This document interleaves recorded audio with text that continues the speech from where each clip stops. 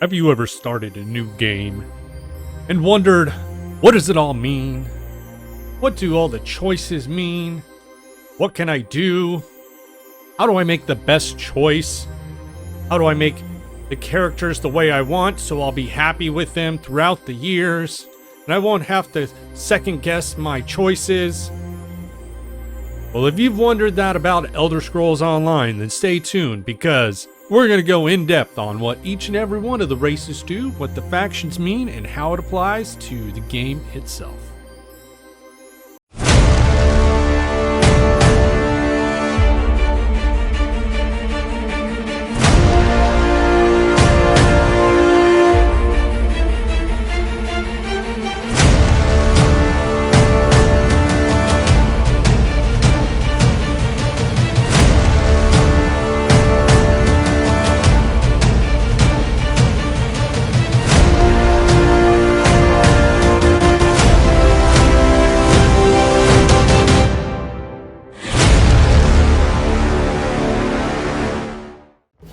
Ladies and gentlemen, boys and girls, children of all ages, welcome back to the channel.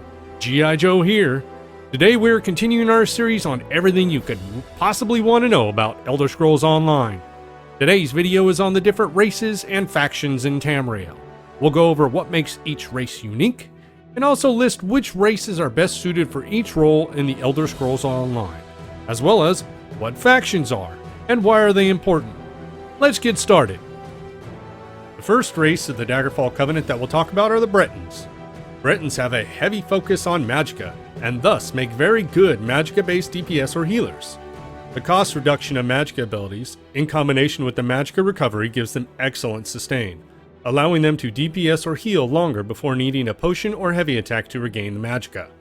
The spell resistance is also nice to have, as it helps keep them alive longer, particularly in player versus player.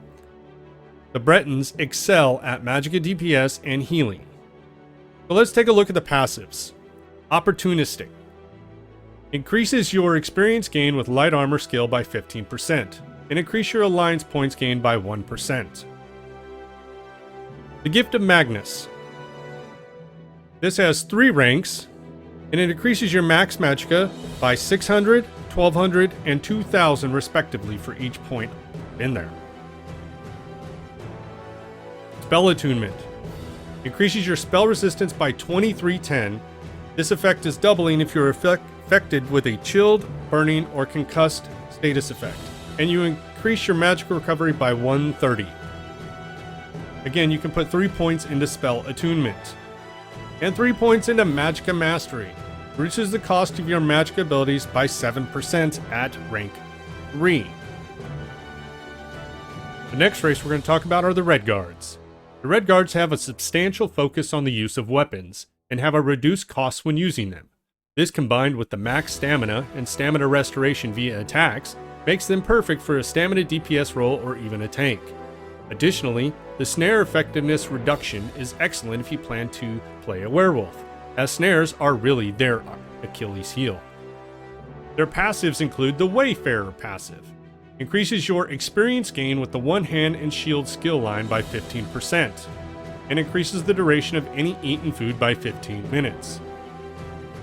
Martial Training has 3 ranks, and it reduces the cost of your weapon abilities by 8%. This reduces the effectiveness of snares applied to you by 15%.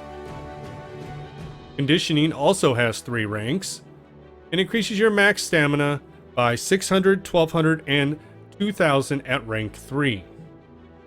Adrenaline Rush. When you deal damage, you restore 1000 stamina. This effect can occur once every 5 seconds. The last race of the Daggerfall Covenant is the Orcs. The Orcs have a heavy focus on the use of weapons, putting them square into the stamina DPS category. Their extra health and healing also help should they decide to tank or PvP. Their sprint cost reduction and the movement speed increase also help tremendously in a player versus player environment, where you need the sprint often and can help them catch their prey or escape if they find themselves in a bad situation. Let's look at the passives.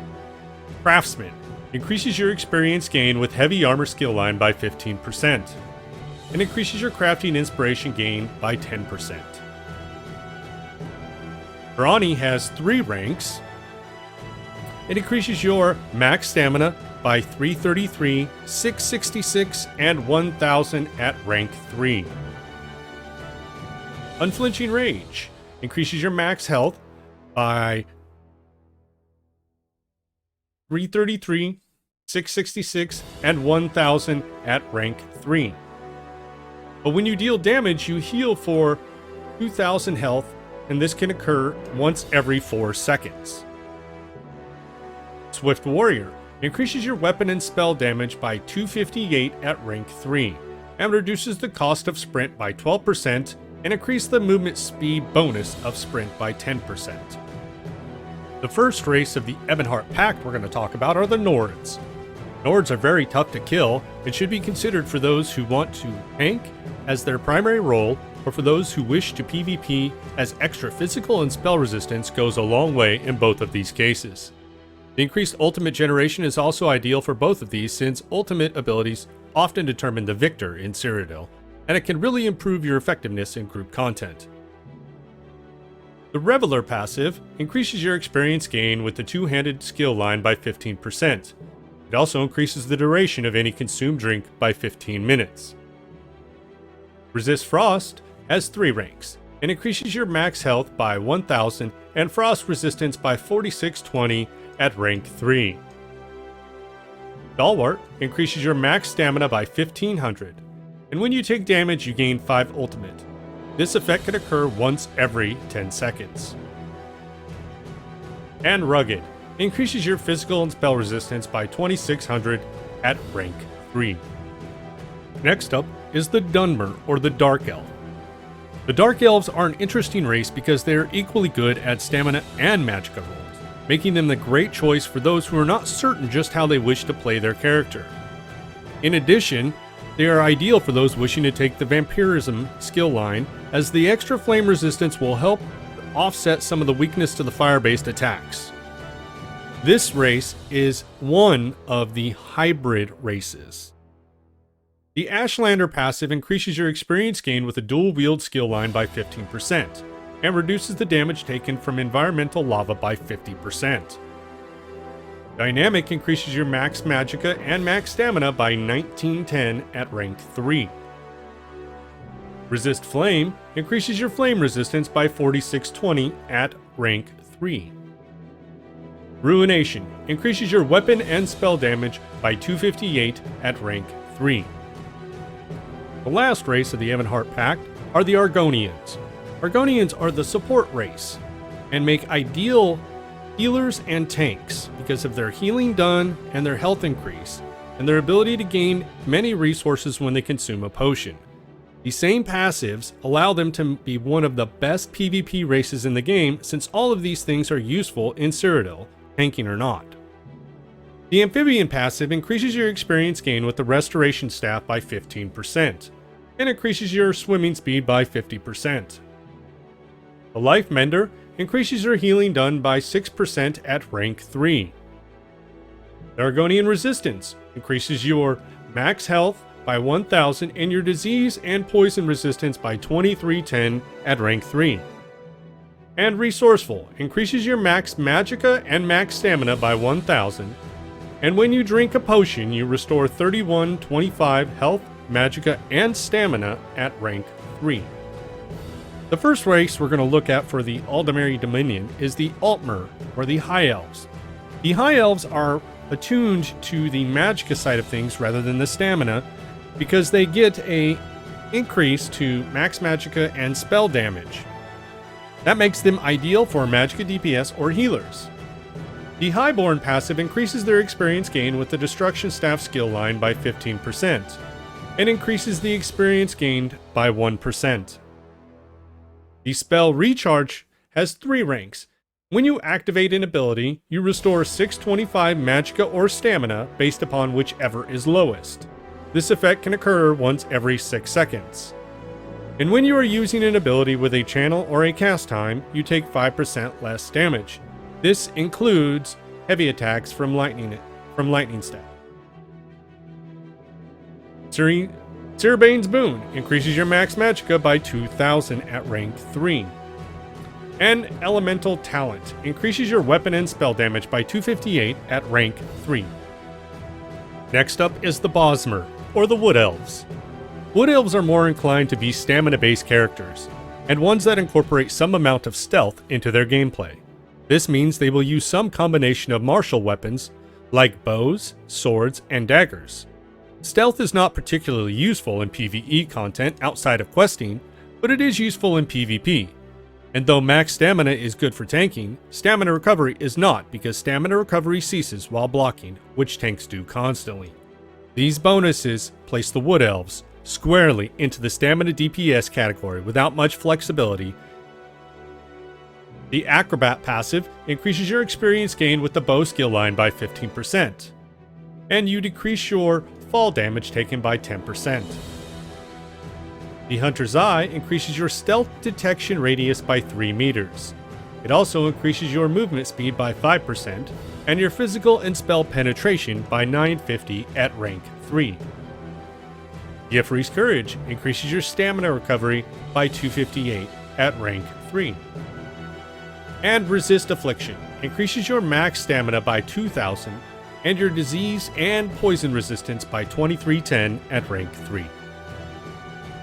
The final race of the ALDMERI Dominion are the Khajiit. The Khajiit are a hybrid race. They have bonuses to health, magicka, and stamina. They are also a very stealthy race, with bonuses to critical damage, critical healing, and reduction in detection radius. The passives include the Cut Purse passive, which increases your experience gain with the medium armor skill line by 15%, and increases your chance of successfully pickpocketing by 5%. Robustness increases your health recovery by 100 and your stamina and magicka recovery by 85 at rank 3. Lunar's Blessing increases your maximum health, magicka, and stamina by 915 at rank 3. And Feline Ambush increases your critical damage and critical healing by 12%, and also decreases your detection radius in stealth by 3 meters. The last race we're going to talk about in the Elder Scrolls Online are the Imperials. The Imperials make excellent tanks and good stamina DPS because they have increases to both their health and stamina. The Diplomat passive increases your experience gain with your one-hand and shield skill line by 15%. It also increases your gold gain by 1%. Tough increases your max health by 2000 at rank 3. Imperial Metal increases your max stamina by 2000 at rank 3. And Red Diamond reduces the cost of all of your abilities by 6%. The Imperial race is available only through the upgrade section of the Crown Store for 2100 crowns. The bundle gives you the horse, the race and outfit style, a mud crab pet, and a Pledge of Mara. Once you have purchased the Imperial race can be chosen for any faction. The race you select for your character determines your faction. Factions determines your character's allegiance and starting areas in the Elder Scrolls Online. Depending on your choice, you will select a race for your character and set forth within a specific zone. You will be able to explore and complete quests across all factions regardless of your initial choice, but your PvP allegiance will never change. Within the PvP environment, there are two different faction-based player versus player campaigns. One is Cyrodiil, which is open world, and the second is Imperial City. Open world PvP in Cyrodiil is where the three factions fight to control the Ruby Throne and see who becomes Emperor. This is done through siege warfare, open world bridge battles, outposts, and Elder Scroll captures.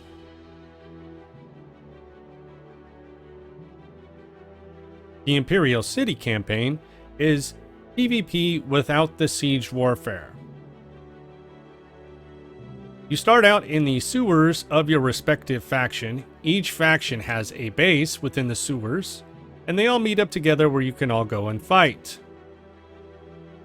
But also within the city, there are different districts in which you can all go and take and fight each other, and there's also other mobs available there to fight as well.